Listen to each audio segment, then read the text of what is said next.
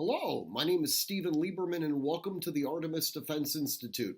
We did these video series as a means of instructing new gun owners on how to safely navigate the legal framework and the regulatory requirements of getting a new firearm. Now, I happen to be a California lawyer, which means that most of the things that I talk about tend to be oriented towards California.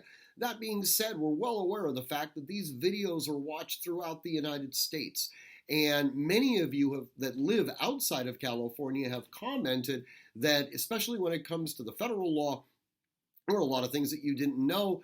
And if nothing else, it gives those of you outside of the People's Republic of California somewhat of an insight as to how we're having to deal with the Second Amendment within the confines of our state.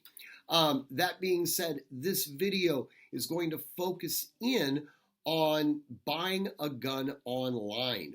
All right. Now, whenever we do these videos, we always start with the same admonition.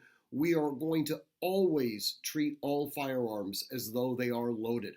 We are never going to let the muzzle cover or point at anything that we're not prepared to destroy.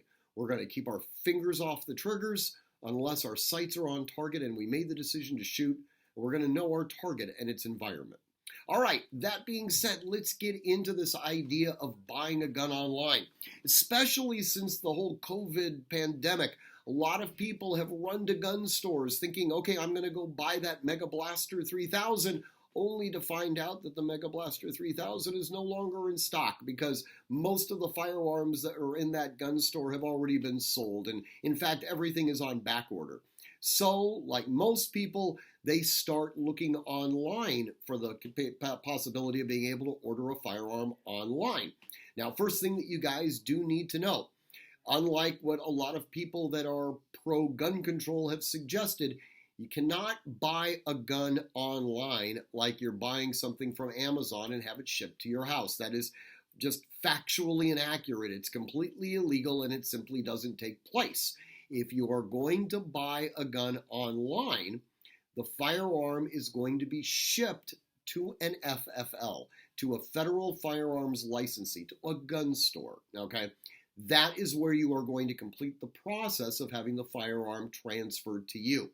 It can't ship directly to your home. There isn't this secondary market, and maybe on the dark web there might be, but there isn't this secondary market of firearms where you can just order it online and have it shipped directly to you without any record or anything like that. So, in California, we have our own problems, so to speak, especially when it comes to handguns as well as long guns. California has all sorts of regulations that essentially say firearms that fall within this particular category cannot be transferred from a dealer in California. So if you were to go onto one of the many websites that exist that sell firearms retail, and you were to buy a firearm that's not legal to be transferred in California, they probably won't ship the gun. And B, if they do ship the gun, the FFL that receives the firearm is going to have to make the phone call to you telling you that the firearm is going to have to be returned to the vendor that you bought it from because it can't be legally transferred to you in the state of California. We see people that have no knowledge of the California roster of handguns. We have a video on that. I suggest you look at that. But they have no knowledge of it. They'll go online, they'll buy a gun that's not on the California roster of handguns, and subsequently it has to be returned to the vendor. We also see an AR-15s and other black scary rifles that come into California that are not in a California compliant configuration, and that has to be returned to the vendor because we can't transfer. In fact, actually, without a dangerous weapons license, we can't even technically possess them. Okay.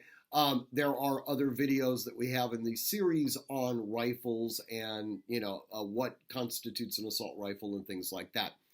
If you ever have any questions at all as to whether or not it is legally allowable for you to purchase a firearm online, you can simply contact the vendor, or alternatively, you can contact us. You can always reach us or email me directly at stephen@artemishq.com. Anyways, I want you to train constantly, train consistently, train repetitively, and train with purpose. And above all else, stay safe.